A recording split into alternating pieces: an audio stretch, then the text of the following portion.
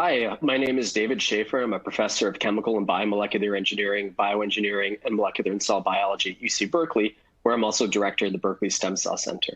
In addition, I'm co-founder of a company called 4D Molecular Therapeutics that I'll be talking about today. So the focus of the work that I'll be discussing with you today is our efforts over the past 20 years to use a technique called directed evolution to be able to create new viruses for therapeutic gene delivery. So the motivation for this work is that there's serious unmet medical need within our society. And depending upon which tissue you look at, you can typically see two categories of diseases. So taking the nervous system in the upper left-hand corner as an example, we have conditions that affect large numbers of patients where the genetics is not entirely clear, and it's likely a combination of both genetic as well as environmental influences, such as Alzheimer's or Parkinson's disease. And we also have more rare conditions, such as storage diseases, Rett syndrome, Huntington's disease, amyotrophic lateral sclerosis, which I'm sure you're otherwise known as Lou Gehrig's disease. And these are conditions where you can pin the blame on specific genetic changes, specific mutations within particular genes of the human genome. So regardless of which category of condition you're looking at, however, there's a number of situations in the nervous system where people have developed treatments that can alleviate symptoms for these horrible conditions, but there are currently no cures that are available. So for all of these conditions on this slide, it's quite clear that we need new treatments, new therapies. So if we take a step back and consider the basic biology that underlies all biological function, we can see that, of course, DNA encodes all the genetic information on the planet. And this information can then be transcribed within organisms into RNA. And then that in turn becomes translated into a protein. And this flow of information from DNA to RNA to protein, of course, is called the central dogma of biology. From the point of view of somebody who's trying to develop a therapy, we can view each one of these levels as a potential drug target. So the majority of pharmaceuticals that are currently in use target at the level of proteins. Small molecules float around, typically bind a hydrophobic pocket, such as the active site of an enzyme, and inhibit or alter the function of that enzyme. Monoclonal antibodies float around and bind to protein targets floating on the outside of the cell, such as a growth factor or a growth receptor. If we move back one level, you can begin to develop therapies that work at the level of RNA inside of a cell. So these include RNA interference or antisense RNAs, whose goals are to knock down the production of proteins from RNA, or messenger RNA itself can actually be a therapeutic molecule. But moving back one further level, at the level of DNA, this has really been the focus of my entire career. So gene therapies, the delivery of new genetic information to a cell, genome editing, the changing or the editing of existing genetic information inside of a cell, or cell therapies or stem cell therapies, where the goal is to deliver an entirely new copy. So the power of targeting DNA to be able to affect a therapeutic outcome is the fact that DNA, unlike small molecules or proteins, are actually tissue. So if you new DNA to a cell or tissue, that can potentially persist for the life of a patient, which raises the possibility of single administration, long-term patient benefit. So just to illustrate this idea, we have here on the x-axis the number of years that an individual is affected by a particular condition. So typically post-diagnosis, Parkinson's patients are on the order of another 16 years or so. So congestive heart failure, between diagnosis, ultimately when a patient passes away due to CHF, is on the order of 10 years. Age-related macular degeneration itself is not a condition. It robs people of their vision, but typically does so towards their lifespan. So they typically die of other causes after around 10 years of diagnosis of AMD. So if we consider or compare these to the lifetimes, the pharmacokinetic half-lives of therapeutic modalities that are being developed to be able to treat these conditions, we have a small molecule with a pharmacokinetic half-life on the order of hours. Monoclonal antibodies last days to several weeks. However, DNA in the form of a gene therapy can potentially last years or even decades.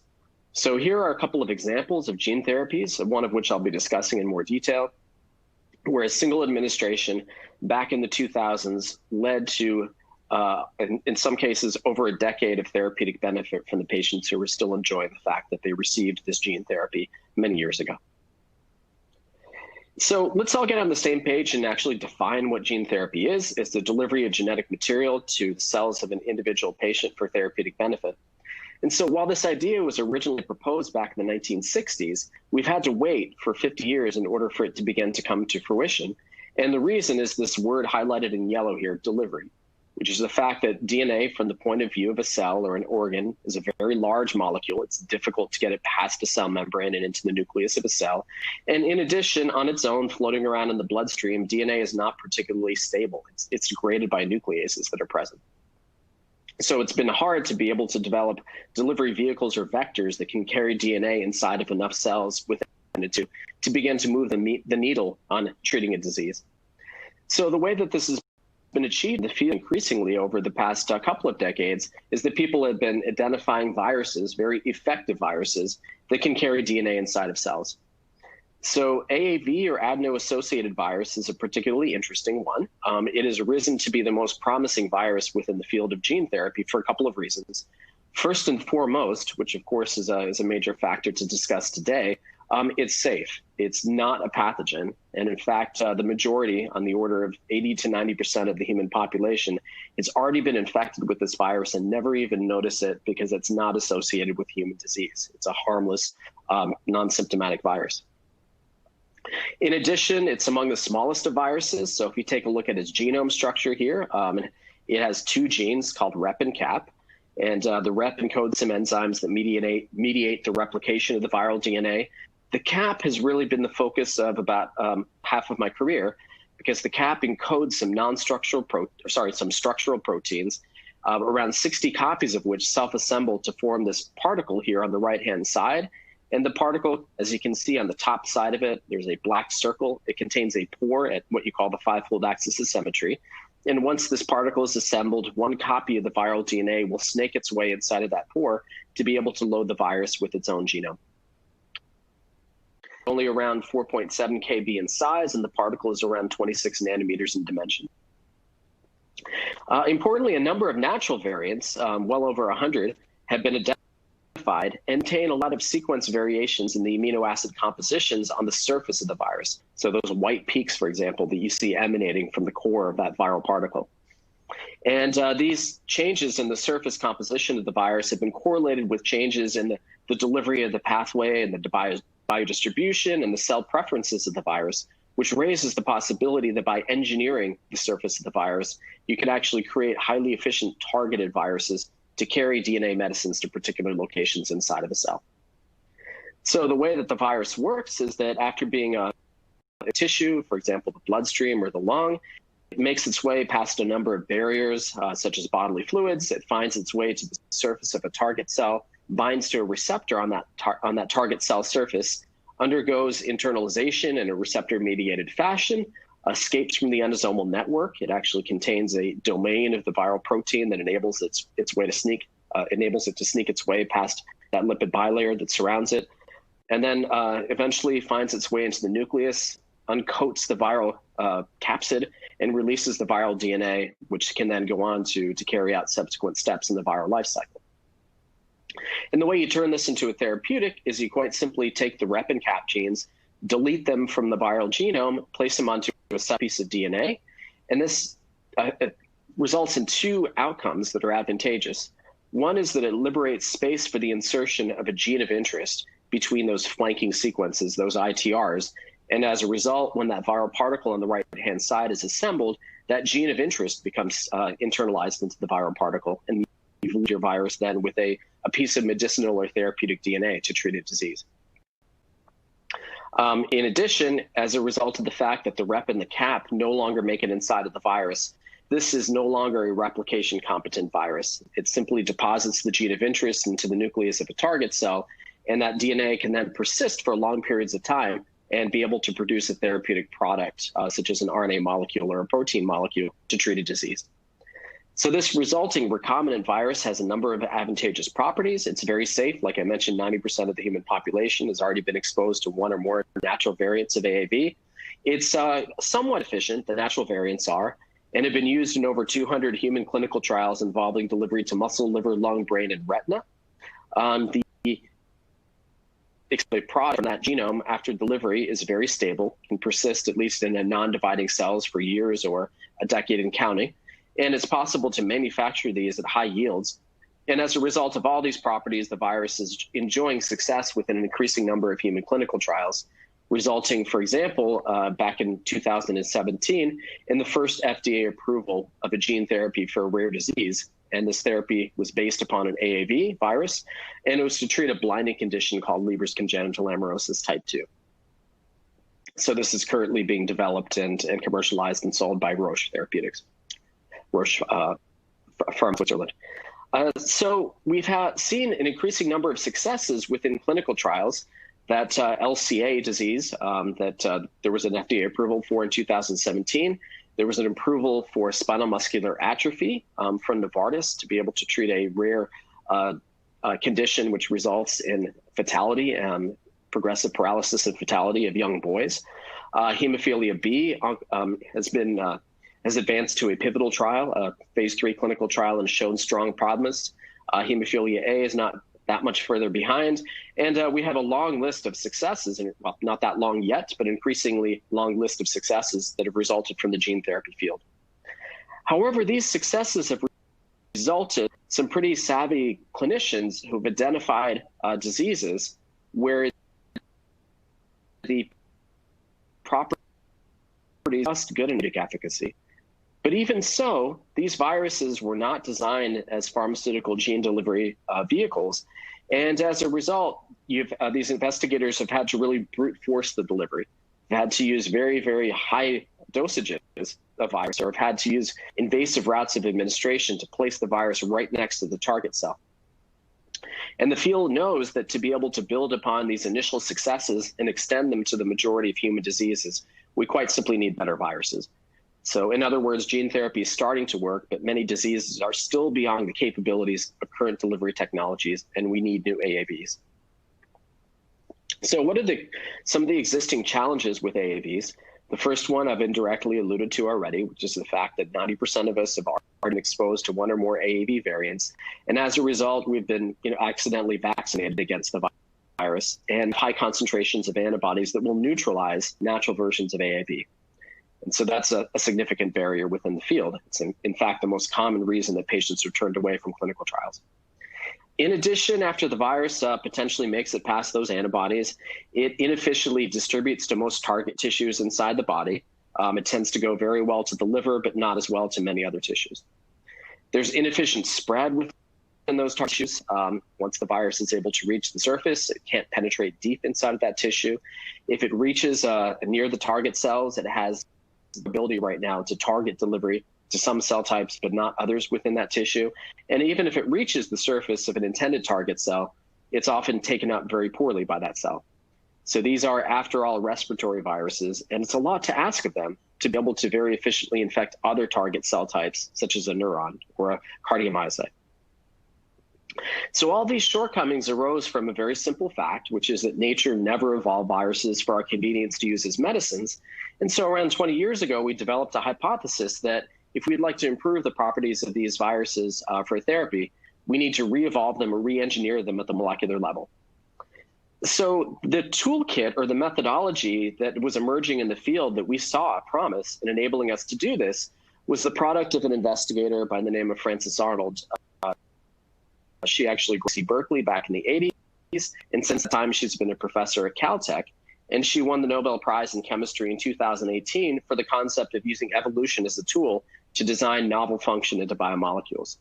So she did this specifically with industrial enzymes, and we became the first to do it with viruses like AAV. So this approach of directed evolution, and I'll explain how it works in just a second, we've been conducting it the past 20 years with AAV, and we have multiple examples in which we've used this approach to be able to create new AAVs that have overcome some of these barriers I talked to you about before with a variety of cell and tissue targets.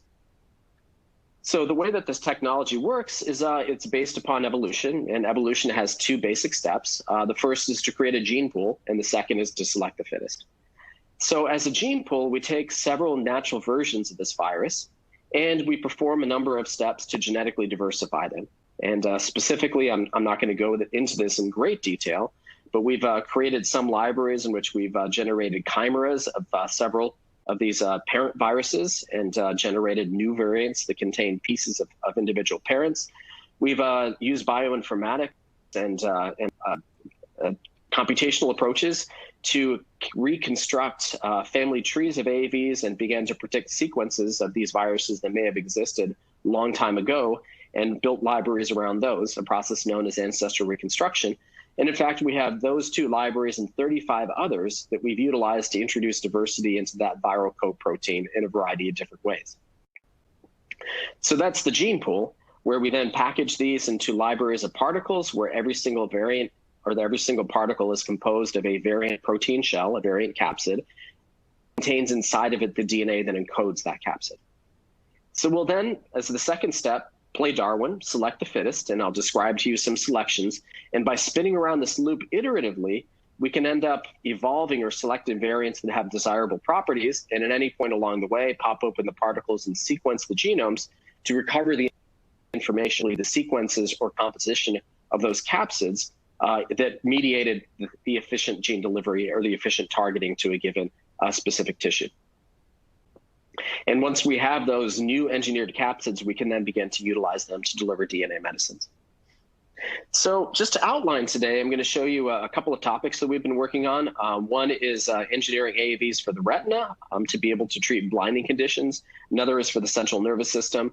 And then I'm going to switch gears a little bit afterwards and talking about our efforts towards using this approach to be able to solve problems in process engineering for AAVs.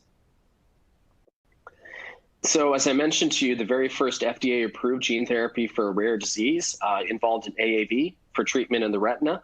And this is the structure of your eye. At the back of the eye, you have a number of layers of neurons that are painted onto that surface area.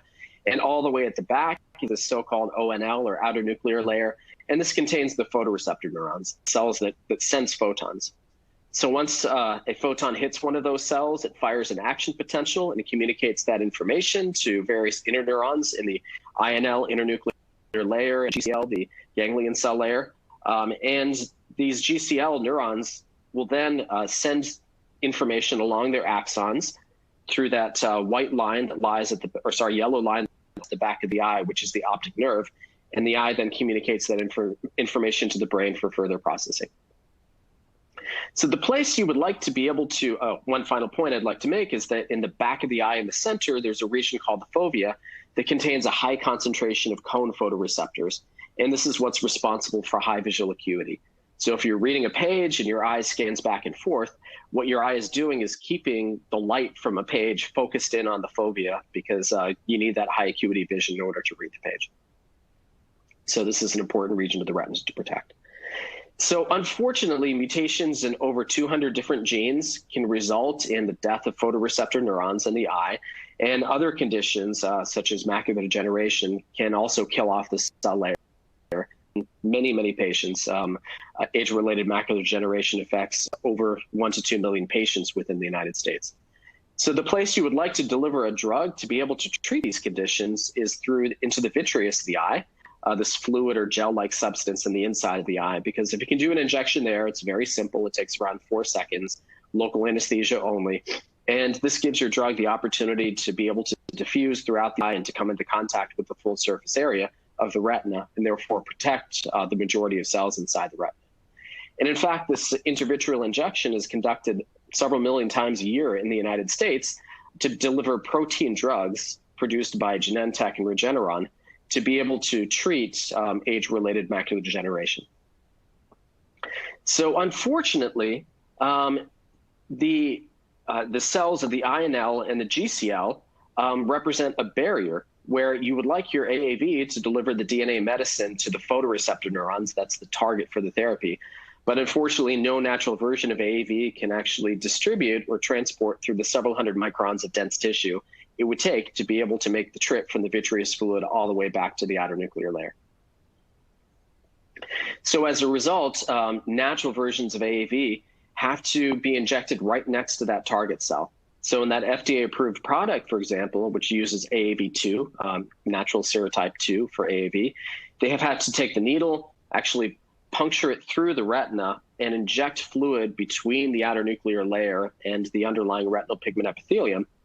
And this is problematic for a couple of reasons. So first of all, it detaches the retina. And at the injection site, this retinal detachment can actually cause some damage. And second, the injection of the fluid behind the photoreceptors results in the spread only in a small bubble or bleb where the fluid ends up causing that retinal detachment. So this mediates delivery of AAV to those target cells and only around 5 to 10% of the surface area of the retina. So in that FDA-approved product, they're actually sacrificing around 90% of the cells to the progression of the disease. So we asked the question, can we do this? Can we actually evolve AAVs to be able to reach this target cell deep inside a tissue, which is representative of many problems in gene therapy where you would like the virus to spread throughout a tissue to be able to reach inaccessible cells? So the way that we did this is that there was no cell culture model that was capable of recapitulating the complex structure of the retina for a long enough period of time for us to conduct the evolution. So we did this in vivo. We took our library of viral particles, and in sum total at that stage, our library size was around 100 million different AAV variants. We then administered these initially in a proof of concept study into a mouse retina, waited a certain amount of time for the winners to be able to traffic back to the photoreceptors shown in the bottom in green. We then, using fluorescence activated cell sorting, recovered the AAV genomes that made it to those cells because those particles carried the DNA that encoded the viral particle along for the ride. You could think of them as being barcoded with their own DNA. And then repackaged the library, re-administered it, and went through 6 rounds of selection so that initially very rich pool ended up converging just down to a small handful of AAV variants shown there on the bottom left-hand corner, with one particularly dominant variant, which comprised around 3/4 of the pool. That particular variant, which we called 7M8, has a structural cartoon shown on the bottom right-hand side, where we see in green, there were some changes in the amino acid composition on the viral surface. Specifically, a peptide was inserted into that region of a very specific sequence. And you can also see some dots in red. So we had some point mutations as well within that variant. We wanted to test the ability of that variant to start carrying recombinant DNA inside of cells. So we initially loaded it with DNA encoding the green fluorescent protein and began to test its delivery properties in the mouse eye compared to a parent virus, specifically AAV serotype 2.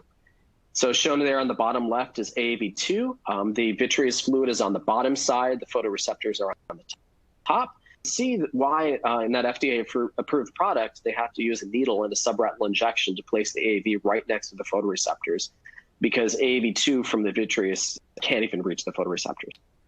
So this compares to the variant that we created, 7M8, where you can see that we're carrying GFP, we're carrying the DNA to every single roughly cell population, all the way from the bottom, the retinal ganglion cells, to the top, the retinal pigment epithelium. And furthermore, we're doing this across much larger surface area than 5 to 10% of the retina. We're actually delivering DNA to the full surface area of the retina. So this was an initial proof of concept study within mouse, and we wanted to test how well it translated to larger animals.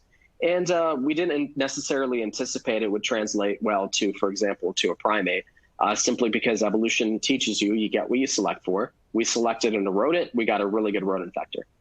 And the structure of the rodent eye is quite simply different from that of larger mammals in a couple of ways. Shown here is size, that as you move from a mouse to a dog to a monkey, a cynomolgus macaque, to a human eye, there's an increase in the size of the retina, where a mouse has on the order of 100 microliters of vitreous fluid, whereas a human has 4,000 microliters of vitreous fluid, and macaque is closer to 3,000. And there's some structural differences as well. Just wanted to remind you that this fovea is the region at the back of the human eye that is responsible for high acuity vision. It's a particularly important region to protect. Mice don't even have a fovea, so you can't study the effects of gene therapy on protecting the fovea very well within a mouse. In addition, there's a matrix barrier, extracellular matrix barrier, that lies between the fluid of the eye and the retina, the neuroretina, and that's called the interlimiting membrane. And it's been shown in a number of studies by ourselves and others that this poses a significant barrier to gene delivery. And that ILM, that layer, is quite simply thicker within larger eyes, such as monkey and human.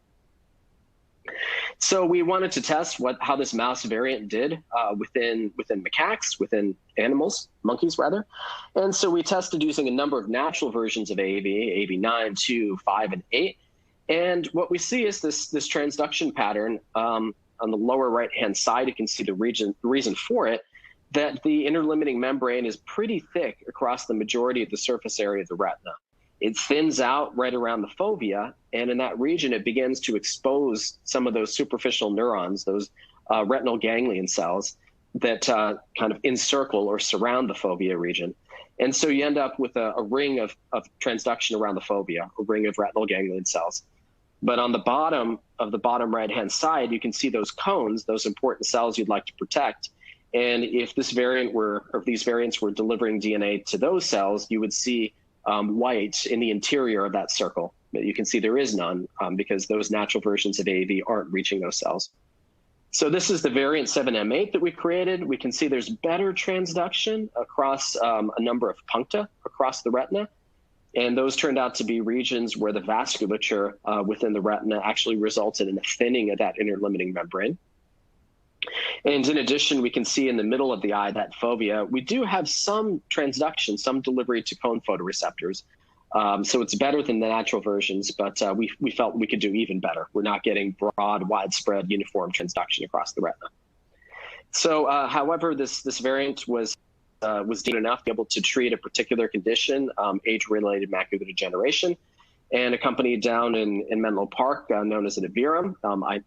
I wanted to mention that I had no affiliation with this company, but they licensed this variant 7M8 from UC Berkeley and took it into a human clinical trial back in November of 2018 to carry DNA encoding an anti-vascular endothelial growth factor inhibitor to be able to treat patients with wet age-related macular degeneration. And they've reported more recently as January now, that the first cohort of 6 patients who were dosed back starting in November 2018 have now, for a period of approaching a year and a half, been off the protein therapy that I mentioned to you earlier. They're anti-VEGF protein therapies that are injected into the eye on the order of 10 times a year, drugs that were manufactured or produced by Genentech and Regeneron. So these patients have been off of those monthly injections of the protein therapy for almost a year and a half now. And their vision is stable, and the structure of the retina appears to be stabilized as well. And this is just showing that press release specifically calls out that variant 7M8. However, we felt that we could do better for the gene expression pattern. We could get more widespread transduction across this area of the retina. So we began to move towards larger models of the retina, ones that bore significantly higher resemblance to the human eye. And to do so, we started with the dog. So I mentioned to you that FDA-approved product for a blinding condition, Leber's congenital amaurosis type 2. And this, earlier I mentioned that particular gene therapy. And it turns out that dog played a major role in the clinical development or the preclinical development of this therapy. Specifically because there is a natural strain of dog which has a mutation in that same gene called RPE65, whose mutation causes that disease within human beings. So as a preclinical step, an investigator at the University of Pennsylvania, Jean Bennett, treated these dogs and showed that she could get correction of vision within these animals prior to moving on to human beings and showing therapeutic efficacy within humans. So in collaboration with William Beltran, also at the University of Pennsylvania, we began to conduct directed evolution within the dog retina. And so we repeated the directed evolution, except within dog. And after a number of rounds of evolution, we began to isolate some variants of AAV. So one difference between our initially doing this within mouse and more recently within dog is that sequencing technology has gotten a lot better. And specifically, we began to use Illumina sequencing to characterize convergence of our library over time. And you can see here A through F, these are a number of different libraries within our pool. And specifically, these are libraries in which we made changes to a specific small stretch of the surface of the capsid, for example, by inserting a random peptide sequence into those regions. And on the y-axis, you can see the number of independent variants, which ranges typically from 1 million to 10 million variants per each one of those libraries. And you can see on the x-axis progressive steps in the evolution process, where the first line is plasmid. That's the original library as we cloned it. AAV library means we've packaged it once, and packaging into recombinant virus plays or exerts a selective pressure where not all of the changes that we made into the capsid are going to result in capsids that can stably fold. So we see a selection there for packageability, if you will. And then rounds 1 through 6 were progressive rounds of selection for the ability of those variants to reach target cells inside the eye. We observed something interesting in the original library to begin with. This is the plasmid library. And ordinarily, you would ideally like to see that every single recombinant variant had an equal shot on goal, had an equal opportunity to be able to show off, to be able to reach the retina. But some of these had actually stacked the deck. And on the left-hand side, you can see that there's some where there's a significantly higher abundance relative to the majority of variants, which are equally represented as indicated by the fact that most of those curves have a flat line towards the right-hand side. But on the left-hand side, you can see some variants due to, we believe, artifact associated with oligonucleotide DNA synthesis from DNA synthesis companies where we ordered random sequences from those companies. There was some bias that led some variants to be represented as much as 100 or 1,000 times higher in frequency relative to the rest of the members in the library. So to be able to make sure those variants didn't have an unfair advantage, we conducted evolution in which we sequenced the distribution of variants emerging from the Darwinian selection every single round along the way. And this is the selection. And I'm going to run through this chart, where on the y-axis, we have the percentage of each one of those variants. Each variant within the pool is represented as a single dot in that dot plot.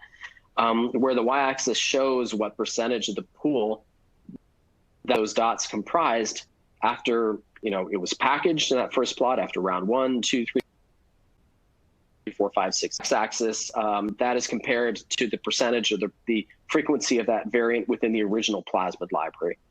So what you'd like to see is that some variants should, of course, stay in the same position on the x-axis because they had a particular presence, a particular percentage or frequency within the original library, but you'd like to see some rise up progressively higher and higher on the y-axis, indicating that they're being selected for. They're increasing in frequency as a result of the evolution process.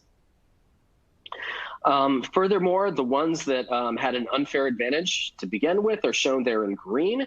And the ones that ultimately are the winners after round 6, you can see in the lower right-hand side shown in red. Those are the most frequent variants within round 6. You can see where they lay within the original rounds. There were low-frequency variants, but progressively climbed the y-axis over time. And so the ones we really focused on were the ones that were red but not blue, not the ones that were the most abundant within the original pool.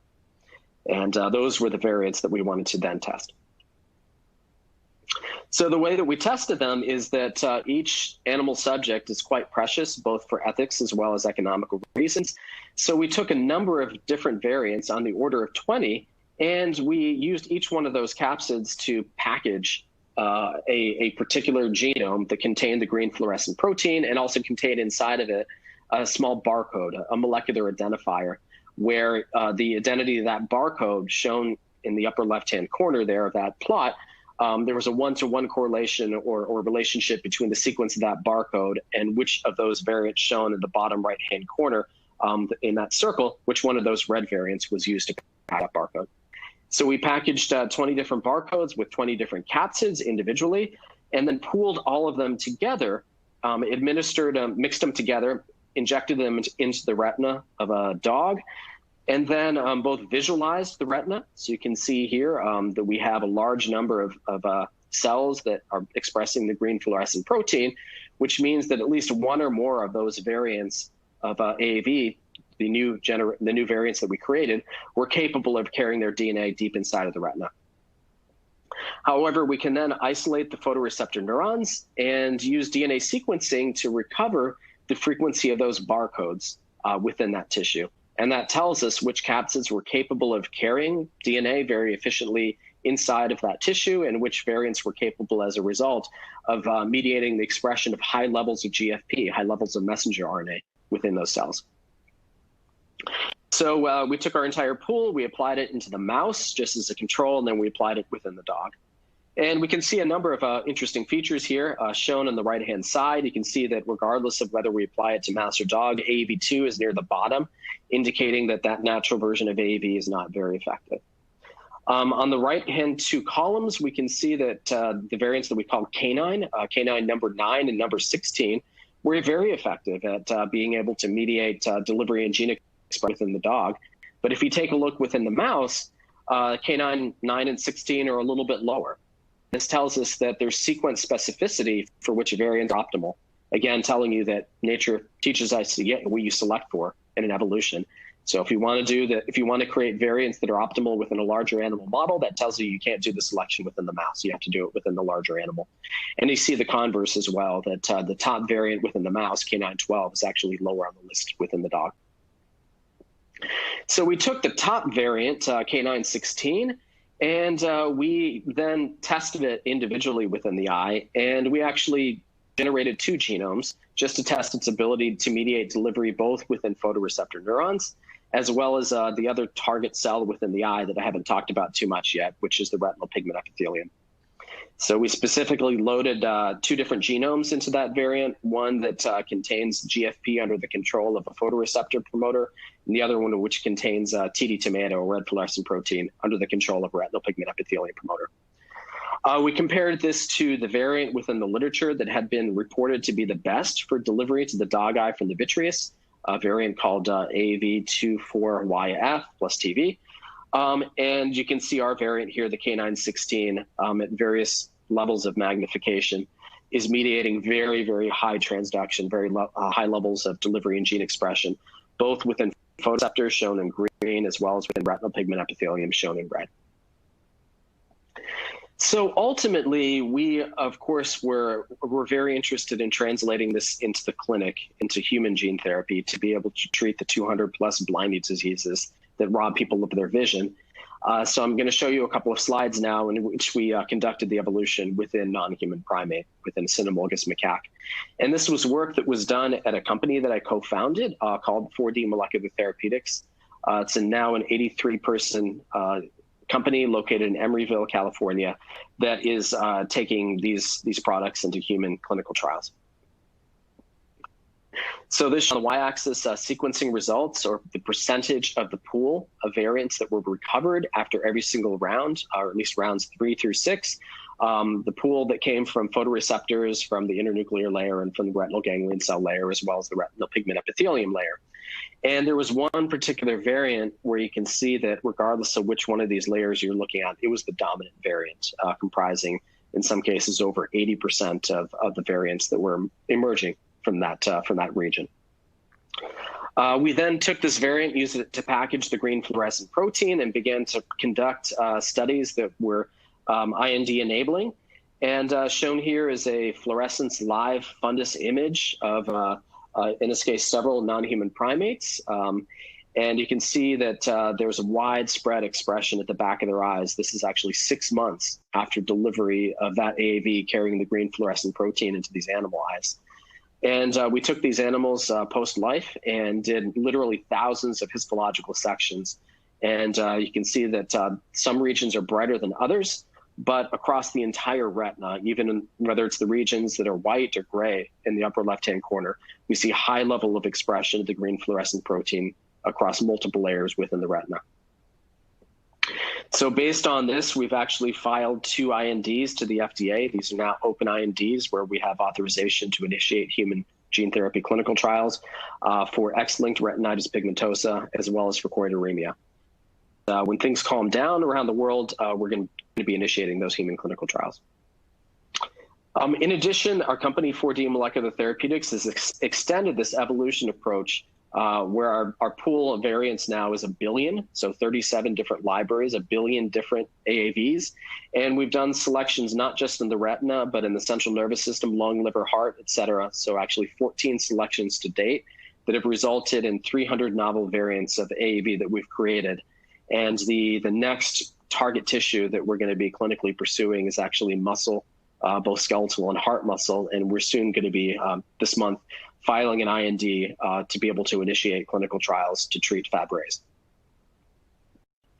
So I'd like to talk about a different mode of delivery for gene delivery in the central nervous system, and it's actually a different mechanism of spread of virus into this tissue, a process called retrograde transport. So whether the tissue is the eye or the brain or the heart, we have some fundamental problems, which is that these are relatively large tissues and can be very delicate surgically, and it's difficult to get AAV to spread to a large amount of that tissue. So one of the clinical trials that illustrated within the brain this concept or this problem was to treat this lysosomal storage disease called Sanfilippo B, and to be able to try to infuse AAV through a majority of the volume of the brain. They actually drilled 8 holes into the skull and did 16 AAV injections, and still didn't restore high enough levels of enzymes to be able to modify the disease in that condition. We co-discovered a mechanism for AAV transport within the brain called retrograde transport. So specifically, we know neurons have a cell body where the nucleus is, and then they extend axons, in some cases millimeters or many centimeters inside the body.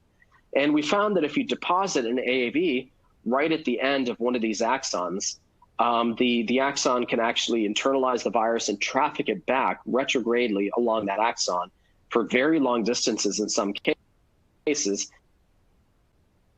infect remotely, if you will. And this was utilized subsequently by Brian Kaspar in a study back in 2003, in which he injected AAV into the muscle of a mouse, and the virus was internalized by the axons of motor neurons, and the motor neurons then retrogradely trafficked the AAV back to the spinal cord. And this is a way of being able to mediate high efficiency or relatively high efficiency delivery to the spinal cord of that mouse after a simple intramuscular injection, sneaking the virus brain barrier. And he used this to mediate a protective factor into the central nervous system of a mouse model of amyotrophic lateral sclerosis and this extended animal lifespan. So a company began to develop this retrograde transport technology and unfortunately found out that the efficiency of retrograde transport was too low. It worked reasonably well within a mouse, less well within a rat, and not well at all within a non-human primate. And so it became to scale up for human clinical use, even though this could be a very effective approach to be able to get spread within the central nervous system, as I'll show you in a couple of examples. So we began to conduct AAV evolution for retrograde transport, and the system that we utilized is shown right here. This was initially done within a mouse, and the cortex of these animals sends projections over a long distance to a centralized region called the pons. So the idea is that you could do an injection of the library inside the pons, and some cortical neurons would end up internalizing that virus and retrogradely transporting it back to the cortex. And as a result, with a single focal injection, you could get the virus to spread through a large volume within the cortex of the brain. So we repeated this evolution multiple times and ended up with one dominant variant emerging. We then loaded it with a transgene that would end up resulting in expression of TD tomato. And you can see a single injection into the pons resulted in very widespread expression across the brain. So we wanted to quantify the level of increase in this retrograde transport. So we ended up loading several different AAVs with a cargo that resulted in expression of GFP just within the nucleus. This is TD tomato across the cytosol of cells, so it's kind of hard to count individual neurons. This was a nuclearly localized cargo, so we can see that upon injection into the pons in the lower left-hand side, you should get expression across the cortex. In the upper right-hand side, there's none in the case of AAV2. In the case of this particular variant called DJ, this came out of Stanford, you can see at least in the bottom panel that there's some neurons in the upper right-hand side in the cortex expressing GFP, but it's not comparable to this variant, the AAV2 retro that we created, where you can see widespread transduction across those neurons. When we quantify the efficiency of delivery, you can see that compared to AAV1, 2, 8, and 9, we have 50 to 100-fold higher levels of retrograde transport, and it compares quite well to a number of other approaches for retrograde transport, including even this fluorescent dye in an organic molecule called fluorogold, which is being utilized for retrograde transport labeling. We then wanted to see strategically with a couple of different injections how we could maximize spread across the brain. And you can see here, if we do 3 different injections with 3 different AAVs of 3 different colors, red, green, and blue, into the superior colliculus, thalamus, and pons, respectively, just these 3 focal injections gets you wider spread expression across large volumes inside the brain.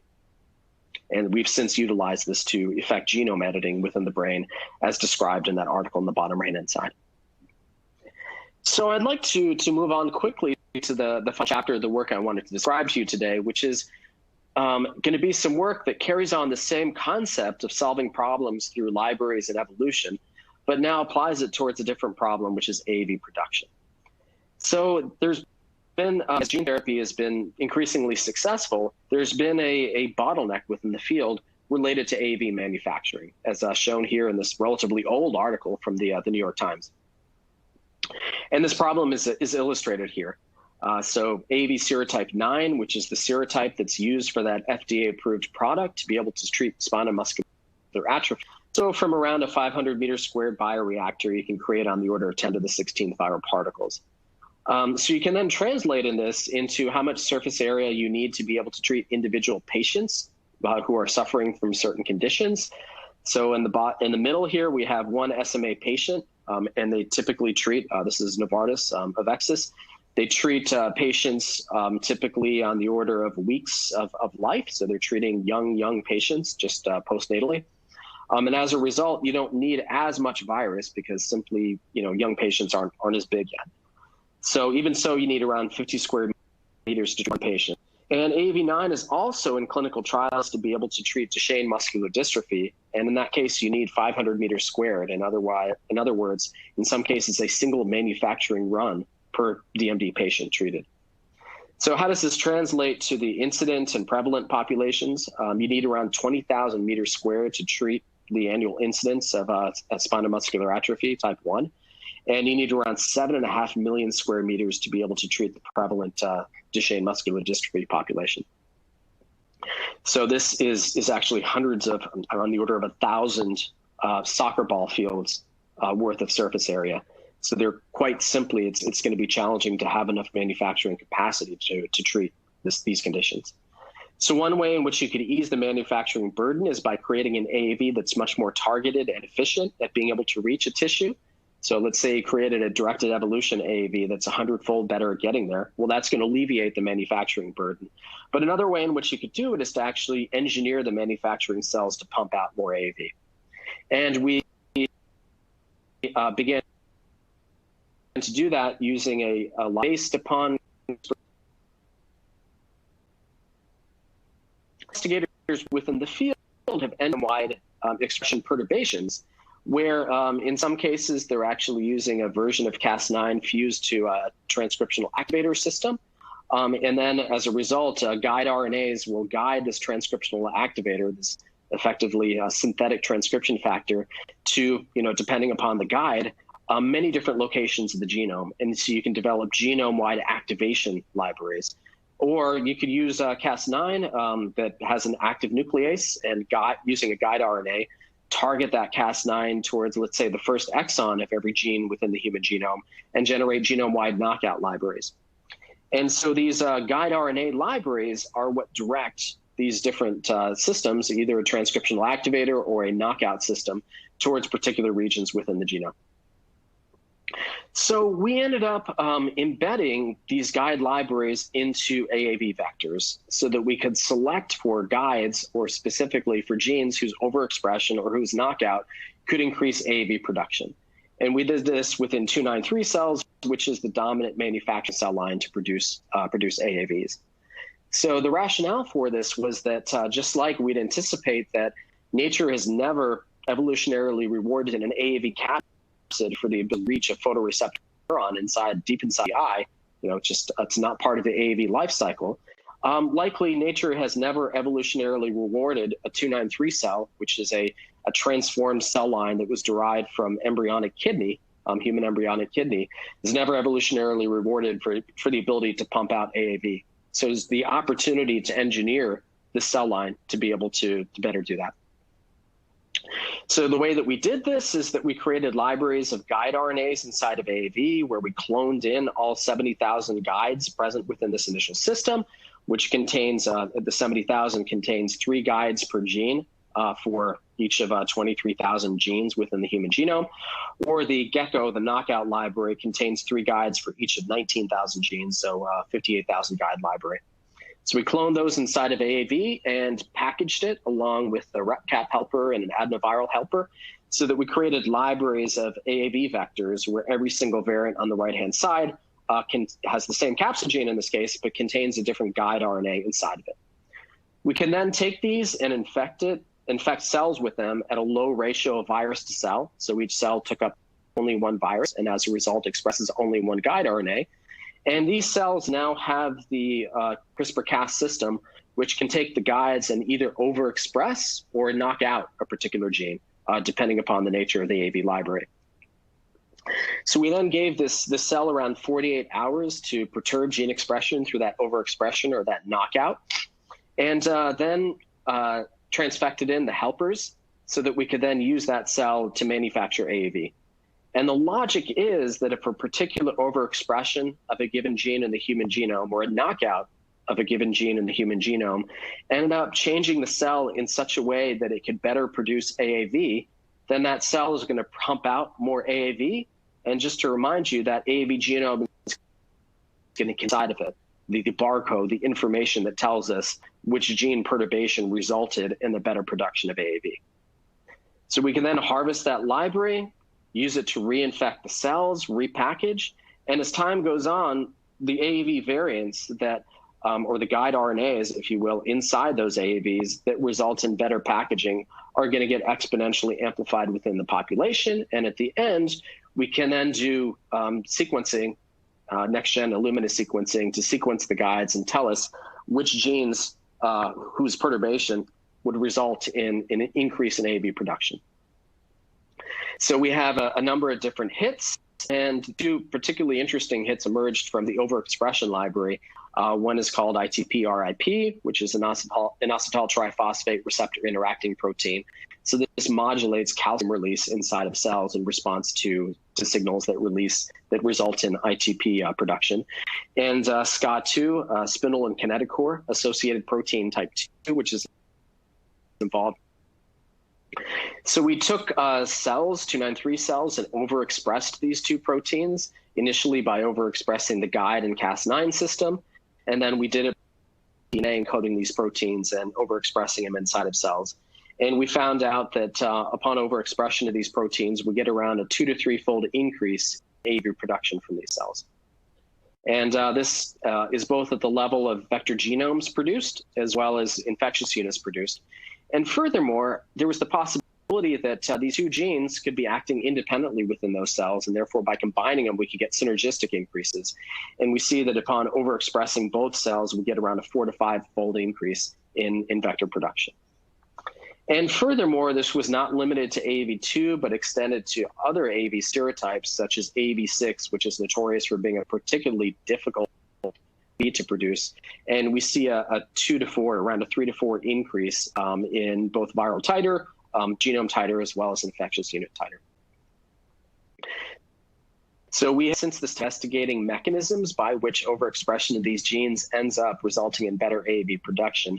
And we're seeing evidence that these genes actually perturb cell cycle in a way that is advantageous for AAV production. And we look forward to going into detail into that mechanism soon.